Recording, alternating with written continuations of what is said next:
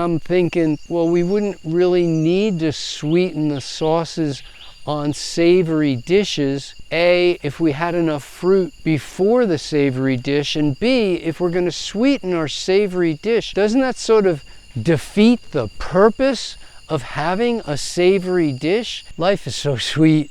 I love that life is sweet and juicy.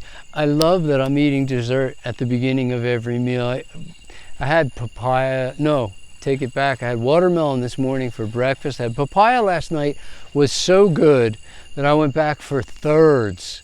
And it was just, wow, this is really good. I don't know, it was just excellent. We're at the peak of season, and I love that I could have my watermelon for breakfast and bananas for lunch and papayas with some pineapple for dinner. Oh my, it was so sweet. I actually got to a point, the papaya was so good last night, I was thinking, maybe I'm just gonna have papaya and pineapple for dinner and forego the dinner salad. But in the end, I decided I wanted to have some salad too, which was equally as rewarding and equally as delicious because it's so well set off the sweetness of the papaya.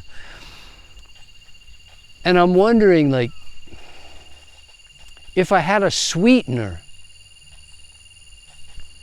what would I put it on? When would I use it? Why would I need it?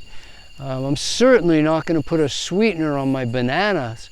I'm not going to put a sweetener on my pineapple. I'm not going to put a sweetener on dates. I'm not going to put a sweetener on papaya. It's all sweet already. When I'm eating fresh fruit, I don't want a sweetener on it because it's already so sweet. It's so perfect as is. I wouldn't change that in any way. So, oops, I guess I don't need a sweetener. Oh yes, wait a minute, but in raw foods they sell lots of sweeteners. And what are those for? Well, those are for your savory dishes. Of course, we're going to add sweeteners to our tomatoes to make a sweet sauce. We're going to add dates and tomatoes and mix them together. Even though it tastes great and digests horribly, it's just a mess at the other end of the system. We're going to do that because we like our sauces sweeter. So we sweeten the sauces. And I'm thinking, well, we wouldn't really need to sweeten the sauces on savory dishes.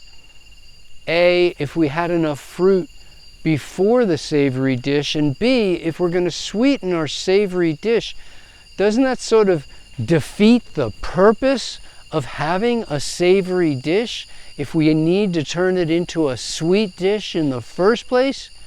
The whole point of savory dish is to give some contrast between your sweet and your savory. Why would I want to make my sweet dishes savory and my savory dishes sweet? Then I don't even have the contrast that I was looking for in the first place. And sometimes people get past all that and they go, oh, well, actually, I just like to have a sweetener because I want my I drink my smoothies so cold that I can't tell whether they're sweet or not. I have my ice cream so cold that I can't even tell if it's sweet. So I want to add a sweetener to it to make it even more sweet. And so I'm going to add agave syrup, or I'm going to add crystallized coconut sugar. And let's understand that agave isn't super sweet stuff. I mean, the syrup, okay, it's sweet syrup. It's like the sap of a banana flower. The nectar of every flower is a sweet enough lure to a honeybee that a honeybee will come and eat the sap. It's enough of a lure to a hummingbird that the hummingbirds will come and eat the sap off of flowers. And yes, it tastes sweet. If you've ever tasted the sap of honeysuckle, so named because the sap tastes sweet, but it's just a hint of sweetness. If you taste the sap off of a banana flower, that's pretty sweet. That's even sweeter than honeysuckle, to be quite honest. But collecting it is a royal problem, as it is for agave. And so the agave farmers that I've talked to have always told me that they only use at absolute most 10% agave. And the stuff that they're selling off as pure agave, it's only 10% agave. And the rest is either sugar water or honey water. Different people are using different mixes in order to come up with a sweet syrup that they're going to then call agave, which wasn't raw in the first place, for which we have no need. So we're talking about something we don't need. If we eat enough fruit, we don't need sweeteners, nor do we have anything to put it on. What are you going to put it on? I mean, it's not like I'm spreading honey on bread or agave syrup on bread. We're talking about a diet of fruits and vegetables that's so sweet to begin with, we don't really need sweeteners. But if you're going off the program and you're eating a bunch of starchy foods and you want to sweeten those, well, now you have a problem. Solving the problem with agave just creates another problem, because now we've got sugars that are refined sugars. They're highly collected. The water's driven off of them to concentrate them.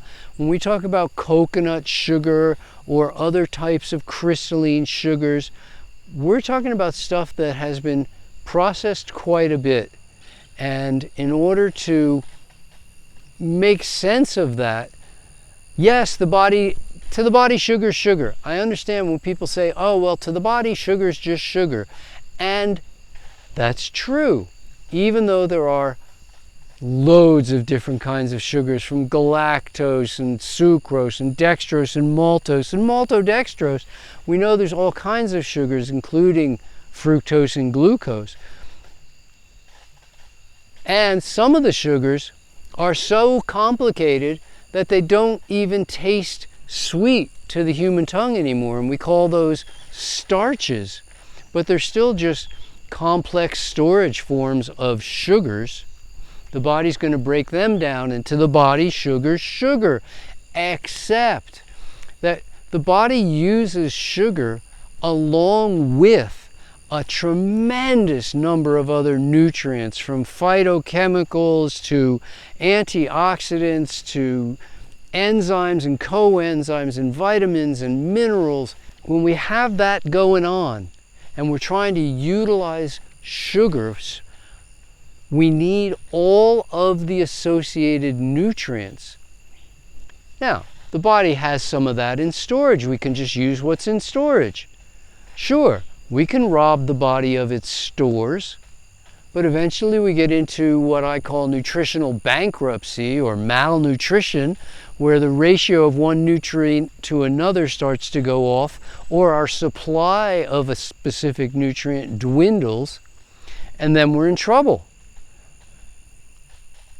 Trying to play chemist with that mess, with 150 or 200,000 different nutrients, and saying, I'm going to create the balance, that's like trying to keep track of all the body processes and saying, I'm going to keep my heart beating, I'm going to keep my liver respirating, I'm going to keep track of all the things going on in the blood. There's no way we can do any of that stuff. We can't keep our brain functioning. It's doing that job for us. We don't have to figure out all that nutrition. If we just eat fruits and vegetables, it's already all the nutrients we need, supplied in the quantities and ratios at which we need them. So I'm going to go off and say, like, sweeteners, just avoid them. Find ways to eat better to where you never need sweeteners. Because if you're going, oh yeah, but my toast tastes better with honey on it, but I don't want to use honey because it's not vegan, so I'm going to use agave syrup on my toast, really, that's defeating the purpose. Let's go back to eating fruits and vegetables. Fruits and vegetables are the natural food for human beings. They're the best for us. They bring the best results. Whole, fresh, ripe, or organic plants, invariably low-fat, raw, vegan, variety through the year, simplicity at the meal. Eat enough fruit so that you're never craving sweets. Have a great day. This is Dr. Doug Graham reminding you to go to health. Hi guys, Dr. Doug Graham here, author of the 80-10-10 diet, and I always give you snippets of information off the top of my head, but I'd love to give you some snippets and answer your questions. If you just send us questions, I'll answer them. I would love to have your questions. They often mean more to you than the things I present, so send me your questions and I will make a video with an answer. Looking forward to hearing from you. Dr. Doug Graham reminding you to go to health.